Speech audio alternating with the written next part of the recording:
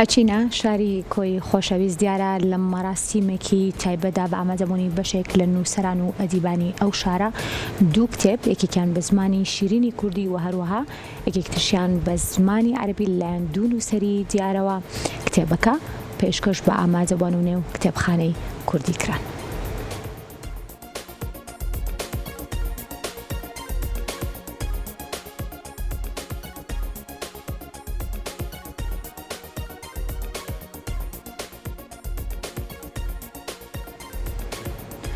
بۆ ناساندنی دوو کتێب بە ناوی ڕحلەت حەیاتی من کۆیە ئیلا لەندەن لە نووسینی دکتۆرە عەتیە حەمەدسەعید و هەروەها کتێبی هەستی من و شاری کۆی لە نووسینی کازم کۆی بە ئامادەبوونی ئەدیب و ئەدیبدۆستان و ڕووناکبیران ناسێنرا. باس لە ناوەڕۆکی کتێبەکەش کرا و لەلایەن نووسەرانی کتێبخانەکە و لە کۆتاییشدا کتێب بەسەر ئامادەبوواندا بەخشرا. ئەم چالاکیە لە بەشی کتێبخانەی گشتی کۆیە لە هۆڵی دڵدار ڕێکخرابوو.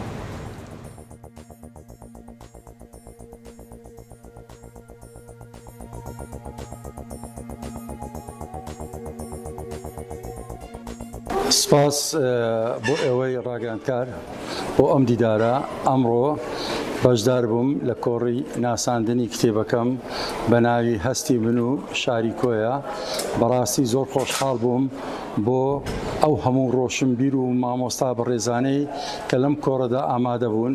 هیوادارم ئەو کتێبەی هەستی من و شاری کۆیە کە شێعرەکان تایبەتن بە شاری کۆیە جێگەی ڕەزامەندی هەمووان بێت و هیوادارم هەموو ڕۆشنبیران بتوانن نەک هەر لە کۆیە لە سەرتاسەری کوردستان پێکەوە ئەوەندەی پێیان دەکرێت خزمەتی کورد و کوردستان بکەن لە پێناو ئاوەدانی ئەم وڵاتە.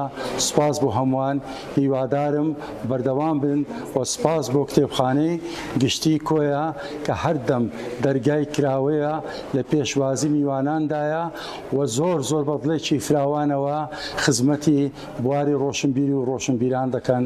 سپاس بۆ ئەوەی بەڕێزیش. ئەو کتێبەی من بە ناوی هەستی من و شاری کۆیە هەستی خۆم دەربڕیا بەرامبەر شارەکەم، بەرامبەری حاجی قادری کۆیە دڵدارە، ئەو تار تۆفیقا مامۆستا سەردارە، خالید لێری نەمرە، زۆرن لەوانەی کە سێوەی نەمرە، ئەو شاعری و نووسەرانەی و ئەو هونەرمەندانەی کە خزمەتی بواری کۆیان کردیا.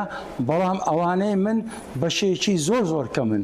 ئەگەر بێت و من لەسەر هەمووان بنووسم و کۆیان کەمەوە لەوانەیە فەرهەنگێکی زۆر زۆر گەورەی دەوێت.